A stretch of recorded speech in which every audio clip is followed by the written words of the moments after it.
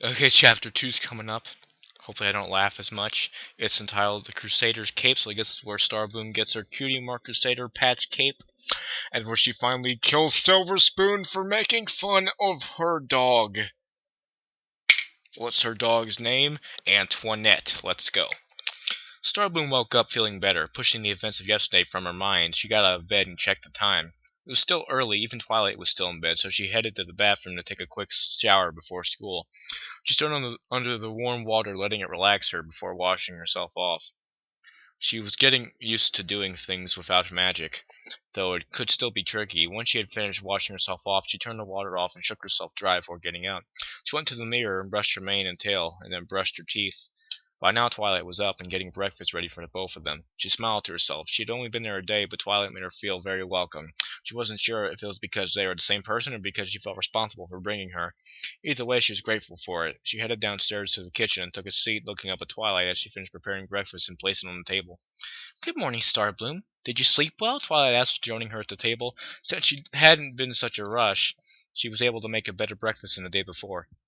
"Yes, I did. Thank you, Twilight," Starbloom replied, smiling at her. She was having dreams of her former life, but they hadn't been bad dreams. She ate quickly, thinking about something, before she spoke up. "Do you think I can walk to school myself today?" "They grow up so fast." Twilight was surprised by the request, looking at the small filly, but she had to remind herself that Starbloom was a grown-up at heart. "Yes, of course, if you think you're ready. If you know how to walk yet, of course," Twilight said after thinking about the request. "Just don't push yourself too hard, okay?" She smiled at Twilight, nodding at her. "I won't, Twilight, I promise. Thank you." She finishes her breakfast just as a knock came from from the library's front door. She gets up from the table. "I think that's Sweetie Belle," she said to a confused Twilight as she goes to her saddlebags. "See you later, Twilight." Have a good day, Starbloom," Twilight called back to Starbloom and smiled, shaking her head, giggling softly, hearing the door close. "Wonder if I was like that at her age. No, you were a dork." She cleans up the dishes and puts everything away. She started to make some tea and get things ready for her friends. She had promised to explain about Starbloom today. She's my baby. About an hour after Starbloom and Sweetbell left the library and went to school, Twilight's friends arrived. She opened the door to let them inside. She still wasn't sure if she had made the right choice, but it was too late now. Once they had come in, she closed the door and went to take a seat with her friends. "Good morning, everyone. Thank you all for coming." Twilight smiled at the gathered group of friends. "As I had promised yesterday, I'll explain about Starbloom today. I must admit I spent all of yesterday and last night thinking about the best way to do this." She looks up at the ceiling, closing her eyes for a minute. "Take your time, Sugar Cube," Applejack said reassuringly to Twilight. "We do want to know about this new filly and all, but don't stress yourself about it." Twilight smiles at Applejack before nodding. "Rarity, remember when I came to your place about 2 weeks ago with those dreams I've been having?" Asked, looking over at Rarity, who nods at her, smiling. "But of course I remember. I've never seen you in such a state," Rarity answered her. "Well, it turns out the dreams went beyond just being simple dreams. What I was dreaming turned out to be a different timeline altogether." She paused to let that sink in as she considered how to continue. She looks over at Fluttershy and spoke next. She looks over at Fluttershy, spoke next. I read that, and you know what? I think it's a perfectly fine sentence. "You mean like in the multiverse theory?" Fluttershy asked, and then shrank back when everyone looked at her, wide-eyed, like she had a manticore in her head. I'm sorry. I didn't mean to interrupt your silly theory." "Oh, with my silly theory?" "I was gonna say, if Fluttershy says that, Twilight's gonna knock her out." Twilight shakes her head. "No, not at all, Fluttershy. It is actually correct. It is like the theory of the multiverse," she said, and looks at her other friends, most of them who didn't seem to understand. "Let me explain it this way," she said, using her magic to float over a coin. "Say I threw this coin in the air. There's a chance it'll land Celestia up, and a chance it'll land Luna up." Oh god, I feel stupid. What does that have to do with the multiverse thing you said Fluttershy was talking about?" Rainbow Dash asked, looking at the coin, then back at Twilight, blinking a bit. "Probability, dear Dash." She looked at the others to see if any of them was getting it. Rarity seemed to have an idea about it, but Pinkie Pie and Applejack were stupid and looked just like she was. Twilight tossed the coin in the air, watched it flip in the air and land Luna side up. In this timeline, it landed Luna side up. Just consider for a minute the moment the coin went into the air. A separate timeline came into existence where it landed Celestia up. I still don't get it. Does that mean there's 1,000 me's running around? Depends. What season is this being set in? Season 3, yeah! Millions of you running around. And you know what? You guys need to pay attention. And one of you turned into a G-Free pony and was disgusting. Control thyself. Pinkie Pie asked, looking at Twilight and down at the coin, picking it up. What if I caught the coin when you threw it? Then you caught the coin. It's your money, fool. You need it now. In theory, yes, Pinkie, she said, looking over and taking the coin back.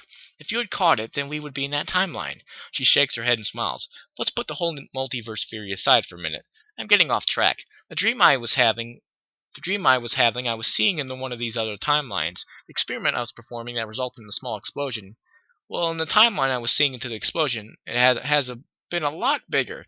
Spike actually died in it, and the most of the library was destroyed in the blast. The other five all looked at each other for a minute before looking back at Twilight, who gave them time to let what she just said sink in. Rarity spoke up again, and she looked at her. What does that have to do with little Starbloom, Twilight?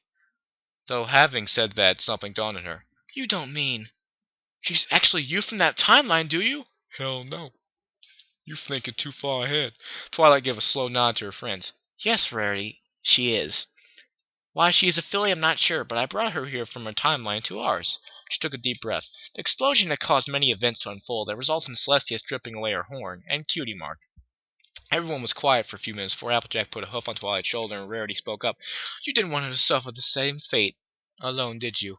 That fate alone, did you? Please learn to talk, Fred2266, you ass. No offense. None taken. Whatever. I'm going. Shut up! Everyone was quiet for a few minutes before. Oh my god! Twilight shook her head and smiled at Applejack, and then looking back at the others.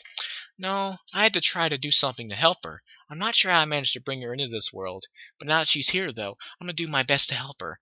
It could have easily have been me in her place. The other five nodded to Twilight and smiled at her.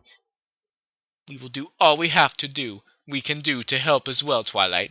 You don't have to do this by yourself, Rarity said, the others nodding in agreement. Starbloom, yay, more Diamond Tiara, yay, hopefully. Good morning, Starbloom, Sweetie Belle smiled at her as she comes out of the library, closing the door. Both started to walk to school.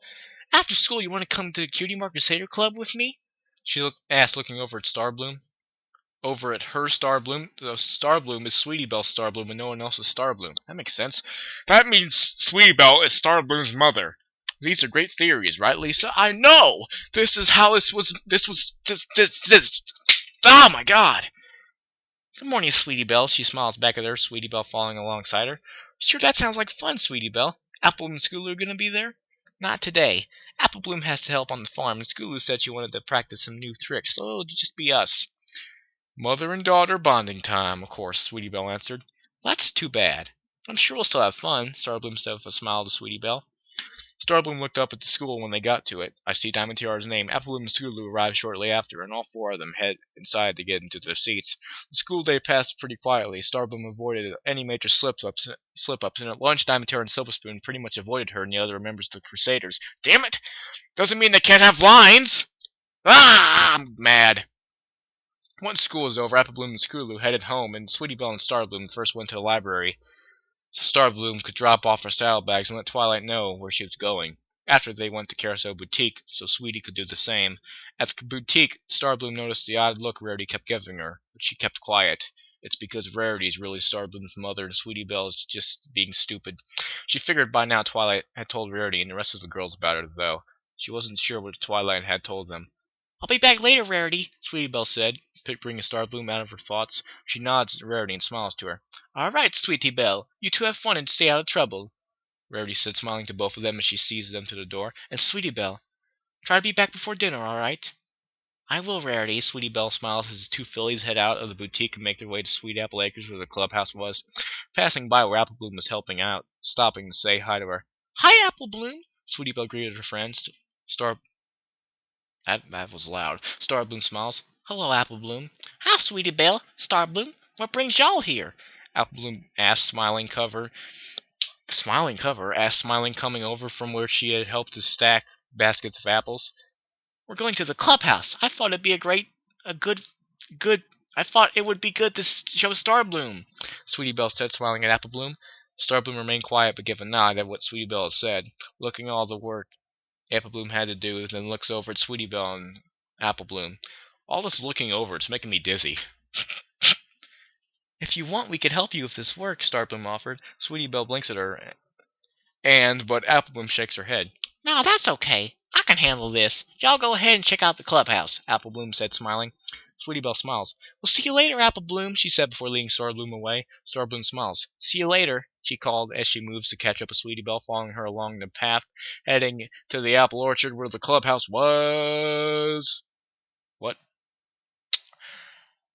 Soon they came up on the clubhouse, built into one of the bigger trees. Starbloom looked at it in amazement, smiling. In amazement, smiling. That's a cool term. That's very cool. You girls built this? She asked, looking over at Sweetie Belle, her eyes wide. Well, no. It used to be Applejack's, but Apple Bloom fixed it up for us, Sweetie Belle said, smiling at Starbloom. Me and Screwloo helped, though, but Apple Bloom did most of the actual construction work and painting. Oh, I see. Starbloom nods as she listened to Sweetie Belle, wondering why Apple Bloom didn't get a construction cutie mark for all the work she did to the clubhouse. She followed Sweetie Belle up the walkway inside, looking around, still amazed by everything. It was her first time seeing it, even as Twilight. She never came out to the clubhouse. Sweetie Belle gave Starbloom the basic tour of the clubhouse, showing her their thinking spot. Here's an idea. Kill Silver Spoon. The map, roll call, list, and everything. I must admit, I'm impressed with everything, Starbloom said as she walked around looking at everything.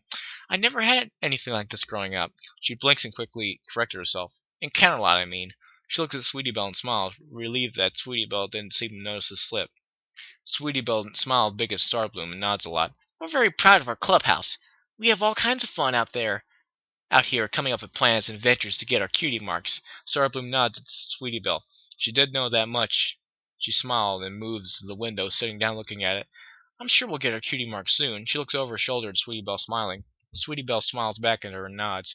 That's the right attitude for a cutie mark Crusader, Sweetie Belle said, then remembered something. Oh yeah, I almost forgot. Sweetie Belle goes to a trunk and opens it, taking out a newly made cutie mark Crusader cape and gives it to Starbloom. We'll still have to do the initiation where Scootaloo bangs her stupid drums, but I think you'll be fine if you have your cape now. Starbloom smiled big, taking the cape and tries it on, looking it over and smirked slightly to herself, seeing the gold silk on the inside. She remembered how Rarity was when she found out Sweetie Belle used it the first time, but since then Rarity has kept a supply of the silk just for Sweetie Belle to make capes out for new members. Read, stupid. It's great, Sweetie Belle. Thank you so much. Sweetie Belle and Starbloom spent the next hour or so talking about ways to earn cutie marks, Starbloom restraining herself to keep from telling Sweetie Belle she should focus on singing. She knew it was best for Sweetie Belle to discover the town on her own. Once it started to get dark, they left the clubhouse and started heading back into town. I'll see you tomorrow at school, Starbloom. Have a good night, Sweetie Belle said, after reaching the middle of the town, waving to Starbloom before heading to the boutique. Good night, Sweetie Belle. See you tomorrow, Mom, Starbloom said, waving back to Sweetie Belle before heading on her way to the library. Still wearing her cape, smiling happily, she breaks into a gallop, feeling the wind in her mane and the cape ruffle behind her, giggling to herself before slowing down and blushing when she got near the library. She got over to the door and opens it, heading inside, looking around. I'm home, Twilight, she called, closing the door behind her, smiling, seeing Twilight coming out of the upstairs area. She shows off her cape to Twilight, grinning. What do you think? Makes you look fat. Oh, very nice, Starbloom. I see you got your very own cutie mark. Damn it, it's very own Crusader's cape. She was glad to see Starbloom's spirit was up after yesterday. I'm glad you had fun. Now go get cleaned up for dinner. All right, Twilight, Starbloom said, smiling as she heads to her room. She removed the cape and put it away before going to her bathroom to wash up. Today was definitely a good day. Today was defiantly a good day for her, and she hoped tomorrow would be just as fun. She said a similar thing at the end of chapter 1. Oh well. Defiantly a good day. I wish I could have a defiantly good day. Oh, I love this story. I actually do. It's actually very interesting. That was chapter 2, and I don't think I'll read any more. While I am interested, it's just, well, I'm done. Oh, tomorrow I'll read more, I guess. So, yeah. Thank you guys for watching and listening, and I will see you later. Silver sucks.